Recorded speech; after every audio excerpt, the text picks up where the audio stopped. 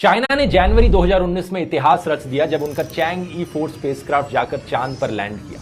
इस मिशन का पर्पस था चांद पर पौधे उगाने की कोशिश करना। ये स्पेसक्राफ्ट अपने साथ एक मिनी बायोस्फीयर लेकर आया था जिसका नाम था लूनर माइक्रो इकोसिस्टम LME। ये छोटा सा सिलेंडर था जो बेसिकली कंडीशंस को इमिटेट कर रहा था जैसे धरती पर कंडीशंस हैं, लेकिन एक डिफरेंस था, ग्रेविटी की कमी थी और दूसरा कॉस्मिक रेडिएशन आ रही थी। तो ये देखना था कि पौधे कम ग्रेविटी के साथ और रेडिएशन के साथ उग सकते हैं कि नहीं। इस LME के अंदर potato seeds, cotton seeds, rape seeds, yeast, fruit fly, eggs और कॉमन व्हीट थी। एक्सपेरिमेंट काफी हद तक सक्सेसफुल रहा। सबसे पहले कॉटन की सीड्स स्प्राउट करी, उसके बाद रेप सीड, उसके बाद पोटैटो सीड्स। लेकिन अनफॉर्चुनेटली 14 दिनों के बाद ये सारे पौधे मर गए। सिंपल रीजन है इसके पीछे, मून जिस तरीके से रोटेट करता है धरती के राउंड, 2 हफ्ते मून पर सनलाइट आती है, 2 हफ्ते तक डार्कनेस रहती है। जब सनलाइट पड़ती है तो टेम्परेचर पौधों के उगने के लिए सही था, लेकिन जब धूप नहीं पड़ रही थी तो टेम्परेचर -310 डिग्री फ़ारेनहाइट तक भी पहुंच गए थे और बिना इंसुलेशन के ये पौधे ऑब्वियसली जिंदा नहीं रह पाए।